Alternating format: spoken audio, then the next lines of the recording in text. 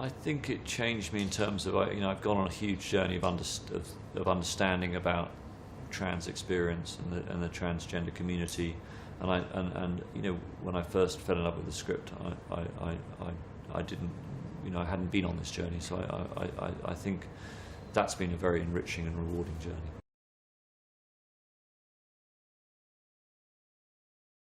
Well, it all started with falling in love with a great script. I cannot tell you how rare it is to come across great scripts that haven't been made. I mean, there are years where I read 50, 60 scripts and struggle to find one that I really want to make. Really?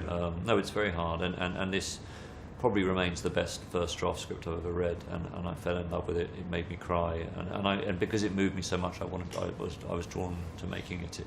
It's a love story. It's about a young couple, both artists living in Copenhagen in the 20s, who deal with the dawning realization on the part of the husband that she's a woman inside, and it's a portrait of a marriage going through this profound change, where love mediates the change throughout.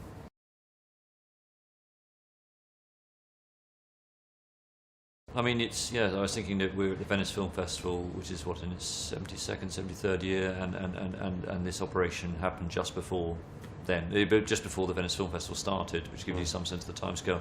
I mean, even making a movie, it was hard.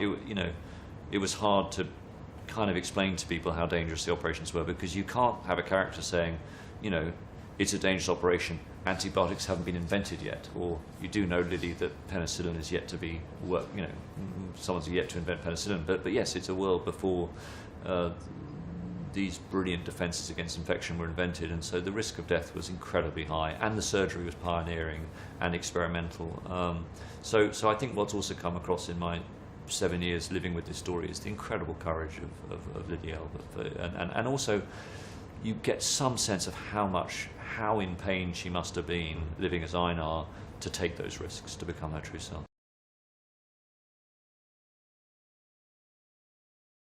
I mean, literally from the first time I read the script, I had a very strong instinct that Eddie was the right person to cast. I mean, I was very open to many different routes, but that instinct remained strong with me throughout the process. It's a combination of having worked with him before. I worked with him when he was 22 years old on Elizabeth I, where he was opposite, Helen Mirren and Jeremy Irons, and gave the most astonishing performance in a scene where he was sentenced to death for rebelling against Helen Mirren. We then did Les Mis together, where his performance of Empty Chairs, Empty Tables, to me, remains one of the highlights of that movie against some pretty, great opposition.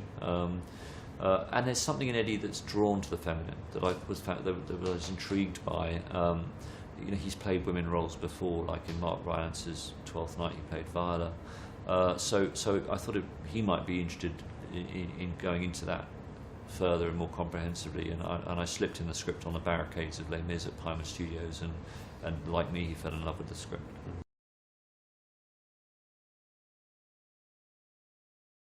Yeah, I mean, Alicia, I haven't known, I haven't known for as many years as Eddie, but I mean, there was a succession of great movies she did. I mean, A Royal Affair, Anna Karenina, Ex Machina, and I think she's one of the emerging greats, and she's got a huge career ahead of her. But I love her energy, I love her great big heart, I love her passion, and I love her for being Scandinavian and not uptight and British.